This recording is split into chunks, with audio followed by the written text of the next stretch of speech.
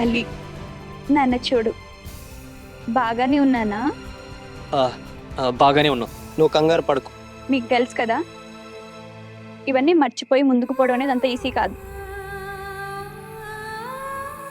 నేను ట్రై చేస్తాను. ఏం జరిగినా నేను ముందుకు వెళ్తాను.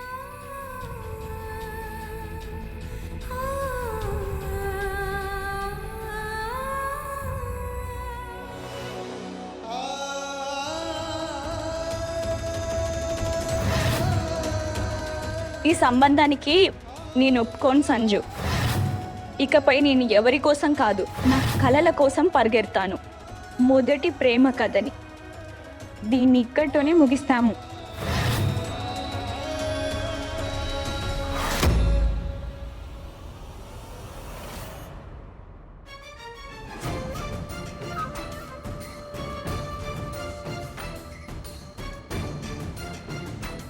మనిషిని చూస్తేనే విషయం అర్థమవుతుంది.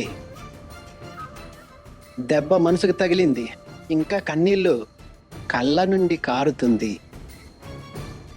నాకు అనిపిస్తుంది, అన్న ప్రేమని తిరస్కరించి నేహాక నా పనిని చాలా సులభం చేసింది. ఇనుము వేడిగా ఉంది పంకజ్, సుత్తితో కొట్టాయి. అరే అన్నా, ఏమైందన్నా? నీ కళ్ళ నుంచి కన్నీళ్ళు ఎందుకు? మరింత సీరియస్గా చీకట్లో ఎందుకు కూర్చున్నావు? ఏమైందన్నా? అరే చెప్పండి. అరే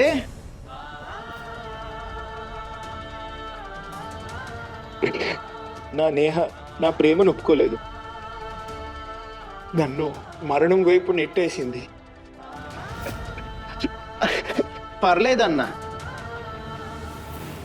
అంతా సరైపోతుంది.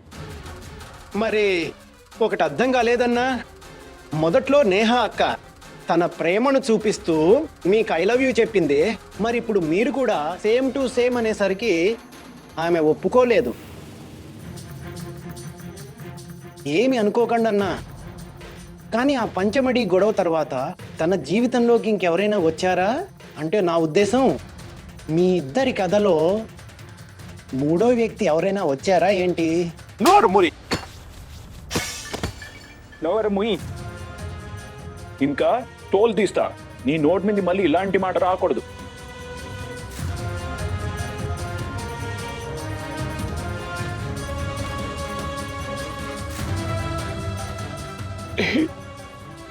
ఒకవేళ నా నేహ వేరెవరి గురించైనా ఆలోచిస్తే నేను బ్రతికున్న చచ్చినట్టే.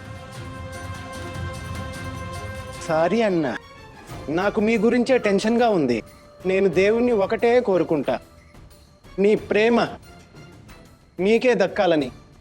మూడో వ్యక్తి మధ్యలోకి వచ్చి మీ ప్రేమని చెడగొట్టకూడదని. కానీ మీ మీద ఒట్టు అన్న, ఒకవేళ నేను మీ స్థానంలో ఉంటే ఎవరైనా మూడో వ్యక్తి నా మొదటి ప్రేమ మీద కన్నేస్తే, అదే నేనైతే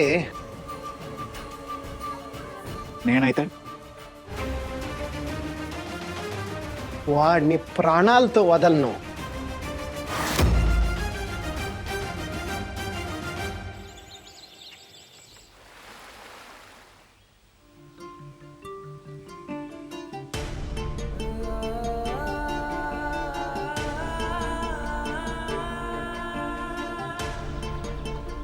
ఒప్పుకుంటా నేహ, నేను చాలా తప్పులు చేశా, కానీ ఇప్పుడు మారిపోయా.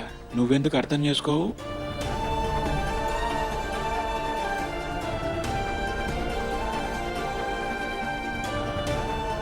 కానీ నేహ, నిజమేంటంటే నేను నిన్ను ప్రాణంగా ప్రేమిస్తున్నాను. పదా నేహ, ఈరోజు ఒకరికొకరం తోడవుదాం. నువ్వు మనస్ఫూర్తిగా నా దానివి కావాలి, నేను నీ వారిని అవుతాను. నా తరపున ఈ సంబంధానికి ఒప్పుకోను సంజు.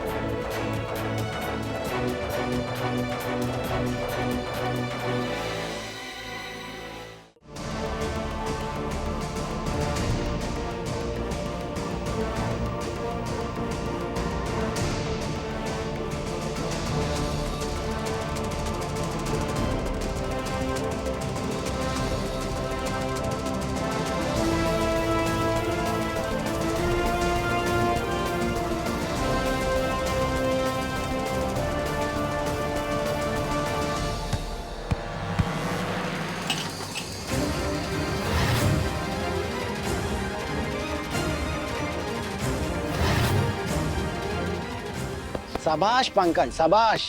అరే కరెక్ట్ గా గురి చూసి కొట్టావు ఈసారి. అరే చరిత్ర చూస్తే రామాయణం మహాభారతం లాంటి యుద్ధాలు స్త్రీల వల్లే జరిగాయి. ఇక ఇక్కడ ఇద్దరు అన్నదమ్ముల విషయం. అరే అన్నదమ్ముల మధ్య ఒక అమ్మాయి వస్తే యుద్ధాన్ని ఎవరు ఆపగలరు?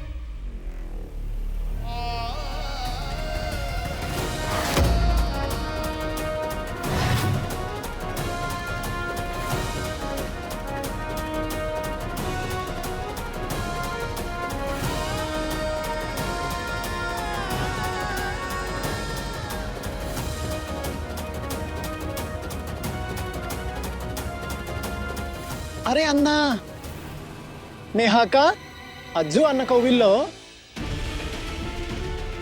ఇది చూడకముందే నా కళ్ళు పోతే బాగుండేది. మీ బైక్ బయట ఉంటుంది చూసే నేను లోపలికి వచ్చాను. ఇక్కడ చూస్తే ఈ దృశ్యం నా లోపల వణుకు పుట్టింది.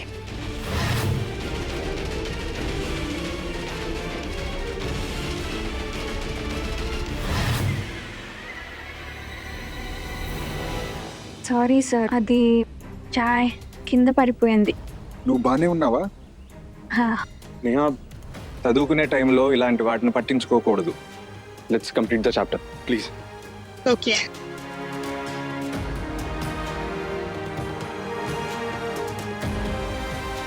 అరే నేహా అక్కను అజ్జు అన్నకు అంత దగ్గరగా చూసినా సంజు అన్న ఎందుకు కోపట్టం లేదు?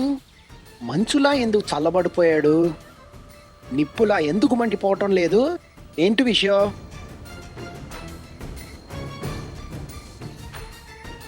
అన్నా, ఇది ఇక్కడ చూస్తా ఉండేది ఇది నాకు బాధను కలిగిస్తుంది.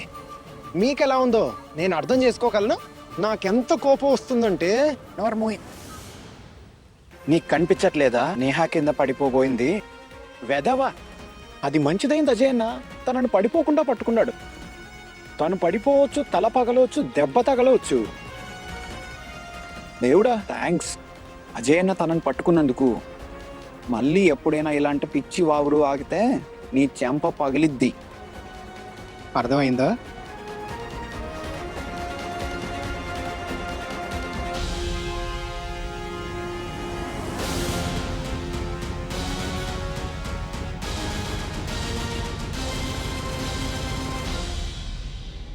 కొన్నాళ్లుగా ఈ ఇద్దరు అన్నదమ్ముల మధ్య ఏదో ఒక విషయంలో గొడవలు జరుగుతూనే ఉన్నాయి. కానీ కొద్ది రోజులుగా ఇద్దరి మధ్య పెరుగుతున్న సాన్నిహిత్యం, ఇంకా పెరుగుతున్న ప్రేమని చూసి నిజంగా చాలా ఆనందంగా ఉంది.